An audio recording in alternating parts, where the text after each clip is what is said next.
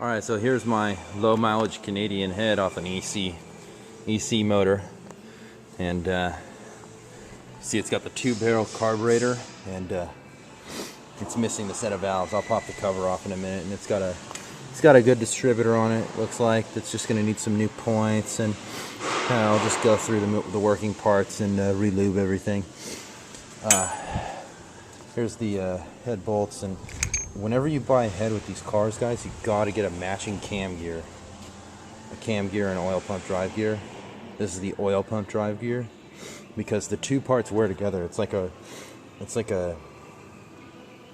rear end on a truck. You can't get unmatching parts. Okay, and then here's this is a tow bracket bar that I've been working on. This came with one of the cars I got, but it was the wrong size for my Harbor Freight bracket, so I had to cut these off and then remount them and weld them with my ancient stick welder. And, so now I'm gonna rip into this thing and start taking it apart. Okay, so this is to demonstrate the difference between a Canadian head and a California US market head. See here, the extra rocker arms, okay, and the extra CVCC valves, because there's a little chamber that ignites the fuel in here as opposed to these ones. See, there's no valve.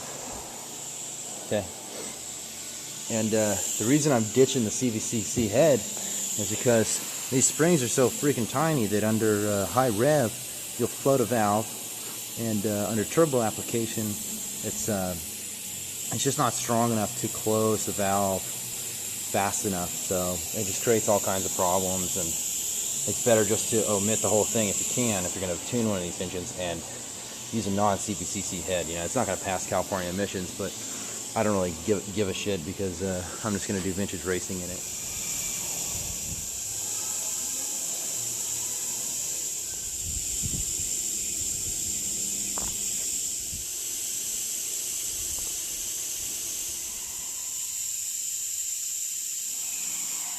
Go look how low mileage this is. The lobes aren't even broken in.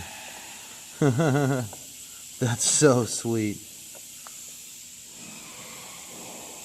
The lobes aren't even broken in. That's amazing. Never even seen it before. Okay, this is day 1 of the Ostra the Grouch restoration process. They kind of cleaned out the inside. It's still pretty gross though. We did the outside. Looks like a car instead of a pile of dust. Got to clean out the engine bay.